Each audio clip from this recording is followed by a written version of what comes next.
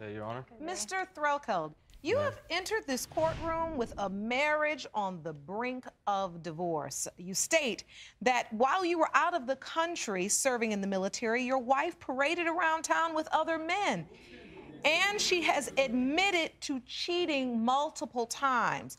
You claim you are not sure if you are the father of her third child, 18-month-old Liliana, and have asked the court for a paternity test. Yes, ma'am. Mrs. Threlkeld, you say you began exotic dancing to make extra money. Yes, because Mr. Threlkeld's military salary was inadequate to live on, and that led to a few indiscretions. You argue that Mr. Threlkeld treats your daughter, Liliana, differently than your other children, and are hoping today's DNA results will settle the matter once and for all. Yes, Your Honor. Now, Mr. Threlkeld, when did you first discover that your wife had been unfaithful? Actually, ma'am, I was overseas in Afghanistan, and I was at up in the Northeast, and a soldier of mine came up to me and tapped me on the boot and said, hey, I need to go outside. We need to talk right now. So earlier on in the day, me and him got into some words, so I thought we were going to, settle it. Well, it turns out his wife and my wife were friends, and she had found out that she was actually stripping as we spoke. And at the time, I found out about it. I thought, it was all just a hoax. So I went, calmly to the internet lounge, got on Facebook and asked her, hey, is it true you're doing what I told you I didn't want you doing at all? And she didn't really say anything, honestly. And right after I left there, our base actually got attacked. And they actually turned off the internet for 3 weeks. So I was in the dark for 3 weeks. And then another 2 weeks after those 3 weeks went by, I got transferred to Bagram. And while I was at Bagram, I finally was able to get back online. And I get on Facebook, and there's some clown on there saying, liking all her skimpy photos. Skimpy photos. Was following her. He liked that she was started working at the club. So then I started doing a little bit of research, wondering, who this guy is. So I went to the phones, and I called her and I said, hey, I know you're stripping. I could somewhat deal with. Tell me about this guy that's going on. And she says, oh, it's nothing, it's just a friend, et cetera, the same BS that every girl says. First of all, we were done. He hacked my Facebook. He invaded my privacy, and he looked into my stuff, into my messages. So that's how he found out. What did he find? There were messages, yes, but... Actually, ma'am, see, she's going to... That's already a lie. I got on there, and on the inbox, I see...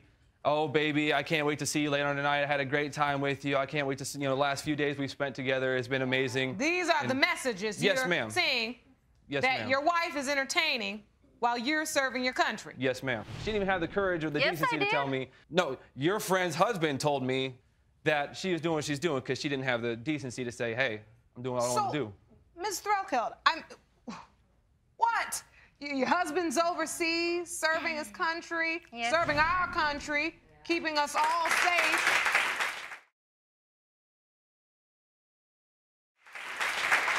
What in the world led you to entertain these type of messages on your Facebook, and you've admitted that you had a few indiscretions. What is going on?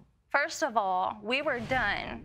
We were not together. We had a phone conversation, and he had said, we're going to get a divorce, and I'll send you the divorce papers. And then we hung up. And let me finish. What had happened was, when I was at Fenty, we got in a phone argument, like she said, on Skype. And I told her, look, if you're going to strip after me and you, I've already gone through the discussion that you're not to do it until I get back, and we'll talk about it then.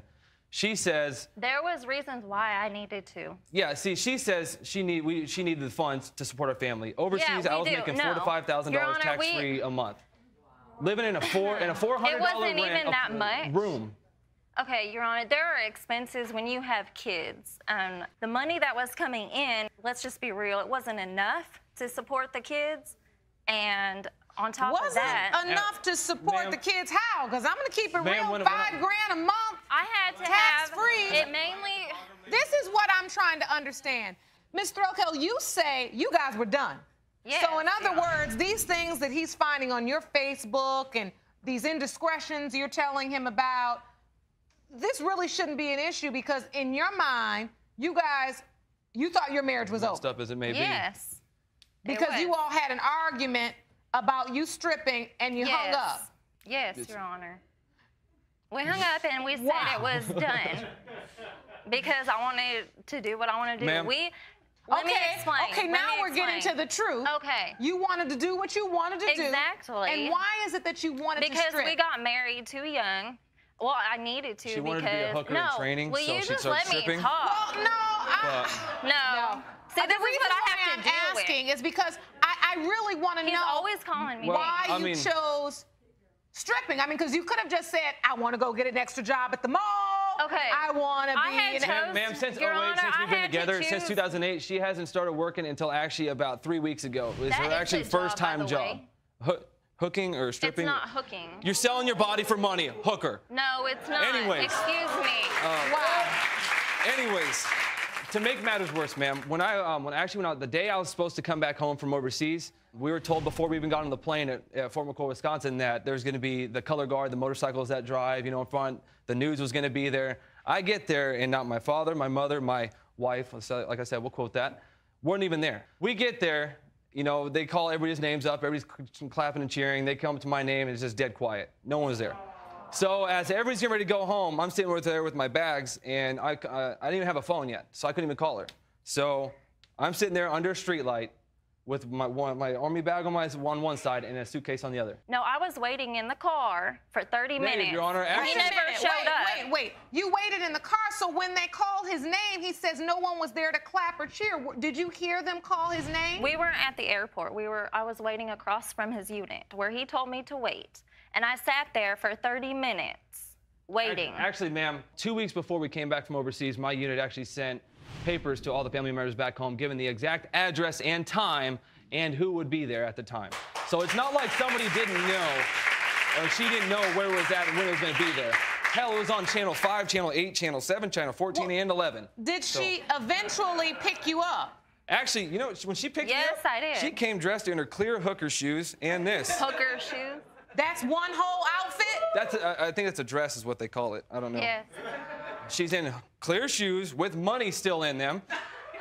And the Okay, dress. that was for decoration. So you come home, Mr. Threlkeld, and your wife and your family aren't there.